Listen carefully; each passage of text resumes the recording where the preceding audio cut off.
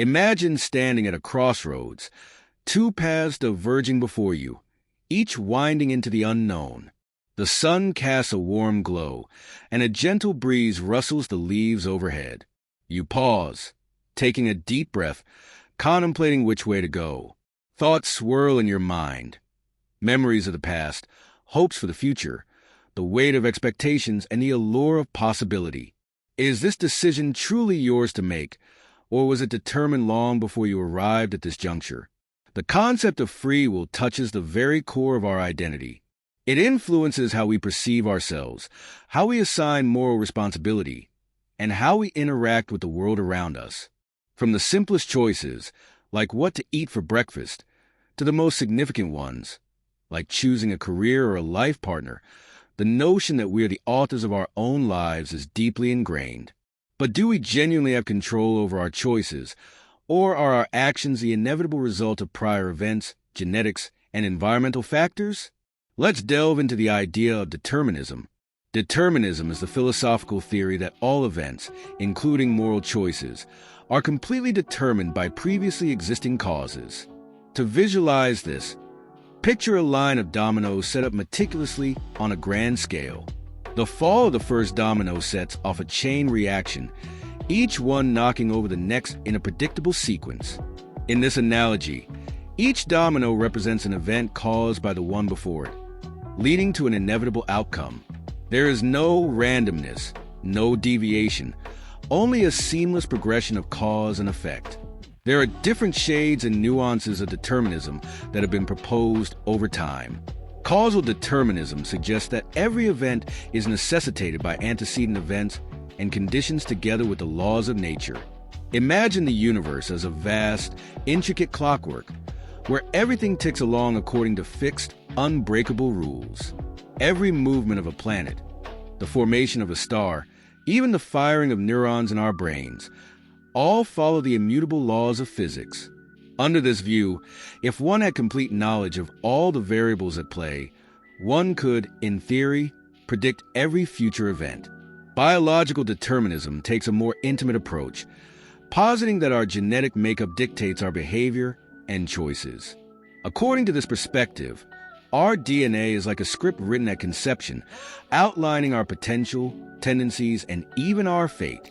Our physical traits, talents, predispositions, and perhaps even our behaviors are encoded within us from the start. This raises profound questions about nature versus nurture and the extent to which we can transcend our biological programming. Environmental determinism adds another layer, suggesting that our surroundings and experiences shape who we become. The culture we are born into, the education we receive, the socioeconomic conditions we face, all contribute to molding our personalities and choices. Under this view, a child raised in a war-torn country may develop differently than one raised in peace and prosperity, not because of inherent differences, but due to external influences beyond their control. Theological determinism introduces the idea that a higher power has predetermined every event, and our lives unfold according to this divine plan. In many religious traditions, this concept manifests as predestination or fate. If an omnipotent, omniscient deity knows, and perhaps even orchestrates all that will happen, where does that leave human freedom? Are we mere actors, following a script written by a divine playwright? Supporters of determinism present compelling arguments grounded in science and observation. From a physics standpoint, if the universe operates on laws that are consistent and universal, then theoretically, knowing all variables could allow one to predict future events with certainty. This idea dates back to Pierre-Simon Laplace, an 18th century mathematician who envisioned a hypothetical intellect, often referred to as Laplace's demon, capable of knowing all forces and positions of all particles at a given time to predict the future entirely. Neuroscience adds another intriguing dimension to this discussion. Studies have shown that our brains exhibit activity indicating a decision milliseconds, or even seconds, before we become consciously aware of making a choice. In the 1980s, neuroscientist Benjamin Libet conducted experiments where participants were asked to perform simple movements while their brain activity was monitored. The results indicated that the brain's readiness potential occurred before the participants reported the conscious intention to move. More recent studies have extended these findings, suggesting that patterns in brain activity can predict decisions several seconds in advance. This implies that our subconscious mind initiates actions before our conscious mind decides, challenging the notion of free will as we typically understand it. On the flip side, we have the concept of free will. Free will is the idea that we are agents capable of influencing our own lives through the choices we make. It's the belief that despite any predispositions or external influences, we possess the capacity to make genuine choices that are not preordained.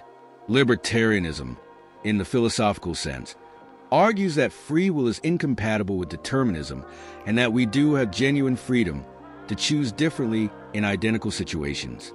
Libertarians assert that individuals are not bound by causal determinism and that at least some of our actions are not predetermined. This perspective champions the belief that we are not just puppets pulled by the strings of fate, but are, in fact, the authors of our own stories. Defining free will precisely is challenging. Is it simply the ability to act without external compulsion, or does it require that our choices are not influenced by any prior causes at all? Consider the myriad factors that shape our decisions: upbringing, culture, personal experiences, emotions, and even unconscious biases.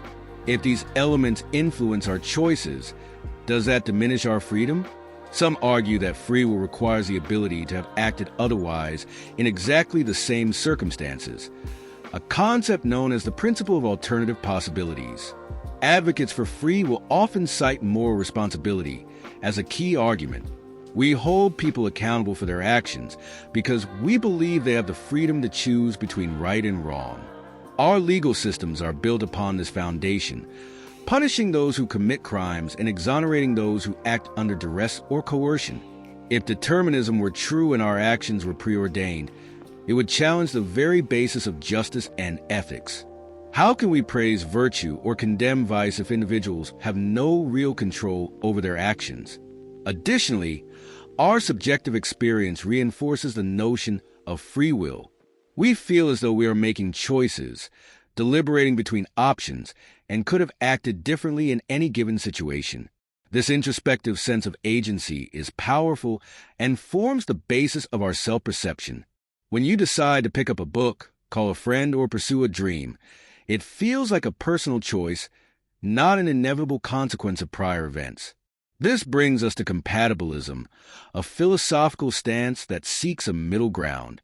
Compatibilists argue that free will and determinism are not mutually exclusive. They suggest that even if our actions are determined by prior events, we still have free will if we act according to our own motivations and desires without external coercion. In other words, as long as we are not being forced by outside influences and our actions align with our internal states, we are exercising free will. Compatibilism offers an appealing resolution to the free will versus determinism debate. It acknowledges the role of causality and prior events in shaping who we are while preserving the notion of personal agency. The philosopher David Hume famously argued that freedom requires not that actions be uncaused, but that they be caused in the right way, by our desires and character, not by external constraints or compulsion. However, critics argue that this redefinition of free will doesn't address the core issue. If our desires and motivations are themselves determined by prior causes, can we truly be said to act freely? If every aspect of our decision-making process is influenced by factors beyond our control, is the freedom compatibilism offers merely an illusion? This leads to further philosophical inquiries about the nature of self and consciousness. The strengths of compatibilism lie in its practical implications. It allows for moral responsibility and personal accountability within a deterministic framework. It reflects the way we navigate the world, recognizing that while many factors influence us, we still make choices that define us. Compatibilism aligns with our intuitions about responsibility and fits neatly into our social and legal structures. The weaknesses revolve around the depth of freedom it actually provides. Some argue that compatibilism changes the subject by redefining free will to fit determinism, rather than addressing whether we can genuinely act otherwise. If our choices are the inevitable result of prior causes, is the sense of freedom we experience enough to constitute true free will? As we wrap up this exploration, it's clear that the debate over free will and determinism is far from settled. It remains a central topic in philosophy because it touches on so many aspects of human existence: science, ethics, law, psychology, and personal identity. Whether we are charting our own course or following a predetermined path has profound implications for how we understand ourselves and our place in the universe. Some modern thinkers have proposed new perspectives to bridge the gap. For instance, the concept of emergent properties suggests that complex systems can exhibit behaviors that are not predictable from the sum of their parts. The human brain, with its billions of neurons and intricate networks, may give rise to consciousness and free will as emergent phenomena. This view holds that while the components of the brain operate deterministically, the overall system can exhibit novel properties, including free will. Others look to quantum mechanics, where indeterminacy and probability play fundamental roles. At the subatomic level, particles do not have definite states until they are observed, introducing an element of randomness into the fabric of reality. Some speculate that this quantum indeterminacy could influence brain processes, potentially allowing for free will to exist within a deterministic framework. However, this idea is controversial and remains a topic of debate among scientists and philosophers alike. Perhaps the most important takeaway is the value of reflecting on these questions. By examining our beliefs about free will, we can gain deeper insight into our actions and motivations. It encourages us to consider how we assign responsibility, how we judge ourselves and others, and how we choose to live our lives. Understanding the factors that influence us can lead to greater empathy and self-awareness. So, the next time you stand at a crossroads, literal or metaphorical, pause and ponder. Is this choice yours to make, and what does that mean for you? Regardless of where you stand in the free will versus determinism debate, exploring these ideas can enrich your perspective on life. It invites you to engage more thoughtfully with the world, to question assumptions, and to appreciate the complexities of the human experience. In the end, perhaps the question isn't solely about whether we have free will or if determinism reigns supreme.